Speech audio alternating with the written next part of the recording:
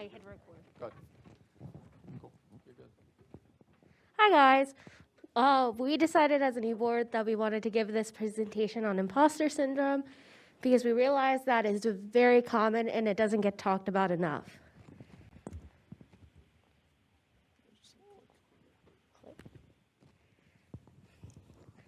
So what is imposter syndrome? Imposter syndrome is doubting your abilities and feeling like a fraud, and it makes it difficult to accept your accomplishments. Why are we giving this talk today? So it is a very common feeling within the club, within RIT, within the security world in general, to feel this feeling of imposter syndrome. And it is good to bring awareness to it because it is way more common than it is talked about. Up to 82% of people experience imposter syndrome with a bias towards educated people like us in college. So I wanted to get started off here, talk a little bit about my experience because I think imposter syndrome is still part of my life as well as I can imagine everyone else's. Even though it might seem like I know like I'm doing sometimes, but I'm really not. So I just kind of want to tell my story a little bit with the sort of tagline is it's never really too late to start. I know you can sort of feel behind and like you're too far behind to start is a very common mindset that people have, and myself included. I wasn't even really involved with RITSEC until my third year. I came to the meetings my second year relatively consistently. I did it for the pizza. And my first year, I didn't even come to RITSEC, so I came to like one meeting. So obviously, I started my third year, and I kind of dove into it and went full out. So it's not too late to start late. And like I was saying, it's easy to get caught up in that feeling of being too far behind everyone else. But just know you are here to learn. That's what we're here for. And it's okay to not know everything.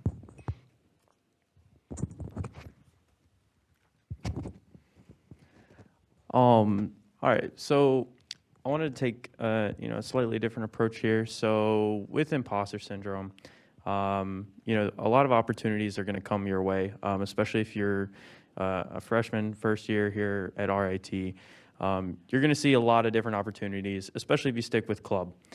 And I want to instill some confidence in you guys to take those chances, take those opportunities, and go ahead and put yourself out there because that's what's going to make you succeed. As for me, coming into college, I thought I knew some stuff about cybersecurity. Looking back on it, I knew absolutely nothing. I attempted one CTF in high school and kind of failed, to say the least. But now, fast forward to college, I joined RITSEC because it looked cool. There's a bunch of different cool people, smart people. I think everyone was brilliant. I did not know how everyone knew all this stuff. And also, side note, when we all compliment each other and say we're super smart and everything like that, we don't expect everyone to know everything. That's an important part of this. Nobody knows everything, and all of us up here will agree with that. But yeah, I was fascinated by all the technical prowess around me.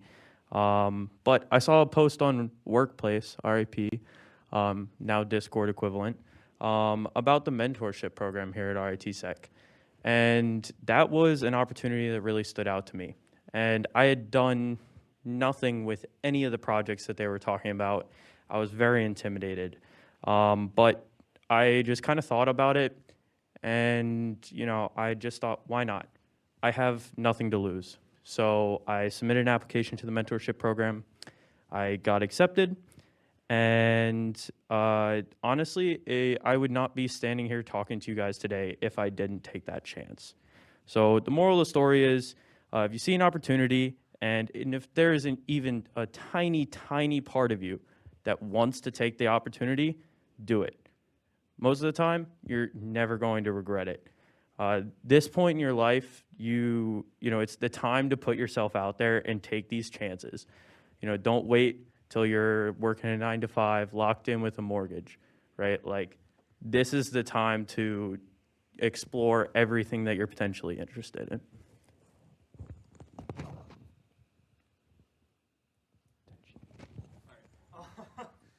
Also, I have to run. Goodbye, everyone. It was very nice meeting you. Yeah. Goodbye, Brad. Okay, so I'm going to talk about bouncing back from failure. So this is just a quick story overview of my RIT experience. So I was really super involved in RITSEC, you know. I was committed, I was going to every meetings, but at a certain point, I was overcommitting myself, not really, you know, having proper organization, having proper time management. And I had non-existent grades. My grades were just terrible. Let's just put it at that. They were pretty bad. So at a certain point during my freshman year, I stopped going because I was like, man, this weather sucks. I'm from the desert. I really hate the cold. I don't want to go out. And the same thing did happen during COVID. We all went back. I was in my room, and I was like, I don't want to wake up at 5 a.m. because it's a 3-hour difference to wake up at 8 a.m. for RIT. So for a brief period, I went on academic probation, actually 2 semesters ago, and took a leave of absence. And I came back because I really love this community, and you know, I do anything to do security, and I just really love, you know, being here in person, hanging out with you guys. It's been amazing. Everybody struggles, and sometimes you might not know what a person has been through. You really only see their glamours, and you might idolize somebody, but you know, not everybody's perfect, and you got to realize that at some point, you know. Even if you're struggling in your classes, you don't understand, you're not sure if you want to do this as your career. Everybody has been through that, and there's no exception. There's no exception. And one thing that I want to tell you guys, as far as imposter syndrome or something to help you become more involved in CSEC, is to make friends. Make friends in CSEC, because that's what really helped me get through the last semester and just being here, being with everybody. Making friends in CSEC is probably the first step that you need to take if you're struggling to find your hold in this community. So, yeah.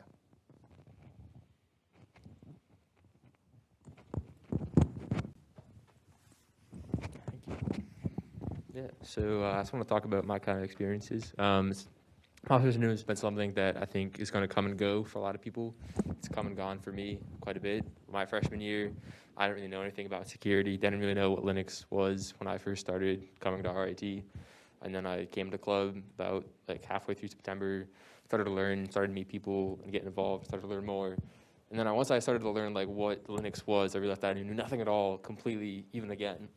And I remember being at a hockey game with a couple of the now alumni like Jim and Micah and Adler, and they were talking about some malware ideas that they had. It just like blew my head right out of the water.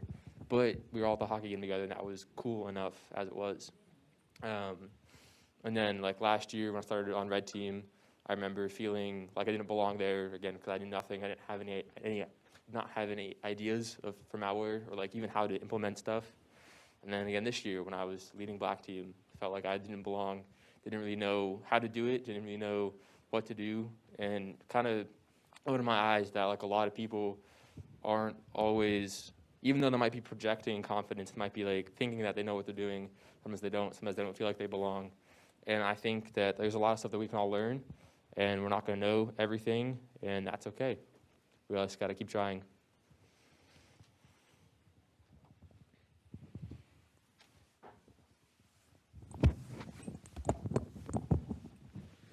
So I have a little bit more of I have an interesting experience just from like coming to college. I was always a good student. That was just me.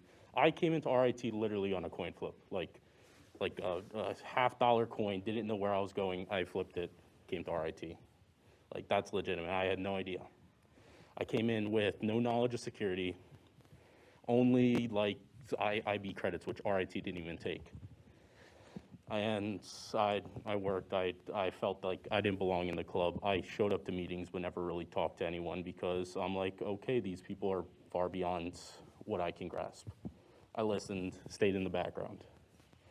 When career fair came around, first semester, got nothing. Second semester, I got one interview with a company. I came out of that interview, thought I bombed it. On like the way to Gracie's or something, I get an email saying, hey, congrats, you have an offer. I did not message my actual recruiter. I thought it was a mistake. I signed it and hoped that they never noticed that I'd just kind of like fall behind and it'd be too late for them to cancel on me. I ended up going to that co-op. It was an amazing experience. Actually got invited back. Another thing I always feel is I kind of stay away from stuff I don't know. Like I'm known for like arch and math and stuff like that. And I feel like that's mainly my realm. Like people know I'm good at that. So maybe not go out. I didn't want to really join Black Team a bit ago because I'm like, people know this and they're gonna know I know nothing. And so I kind of stayed within my bubble of demos where I can know just enough about a topic to create a demo, and that's about it. So I've since been forcing myself to kind of push through that, and now I'm Black Team, trying to move past and become better. And for a while, and honestly, currently, one of my only saving graces was I was that student. I was that person who, no matter what, could stay in the room and work on a paper for 12 hours on end. That was what I felt was the only thing that kind of differentiated me. And it's still hard thinking that I might be good at something, but I know that I want to keep improving.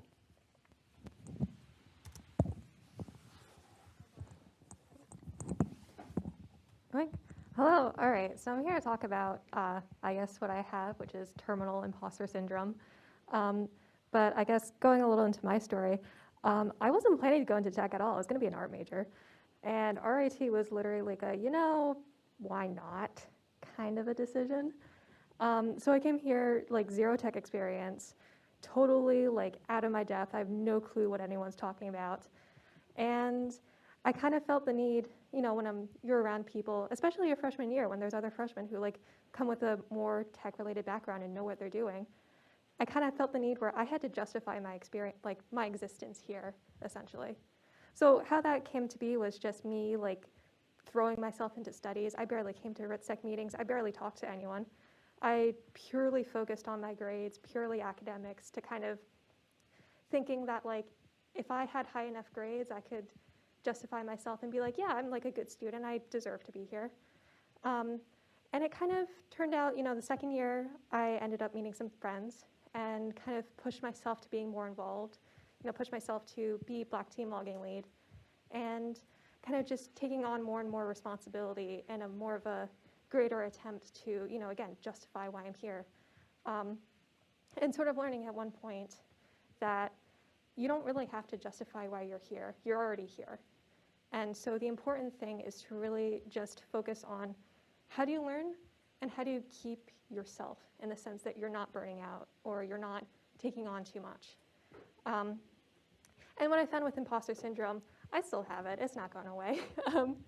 Even, I am where I've always wanted to be. I've always wanted to be the ISTS CA. And even here, I still have imposter syndrome being the CA. And so I've kind of acknowledged that it's more of a gradual process of learning how to live with it and how to counter it. And so, maybe I don't feel like I'm the absolute best, but compared to where I was like 2 years ago, I've grown a lot.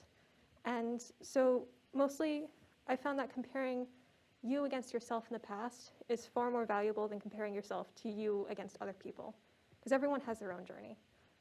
So really giving yourself patience and giving yourself room to grow, not striving to be the exact copy of someone you admire, but to kind of reach to the point where you can be happy with where you are and comfortable with who you are.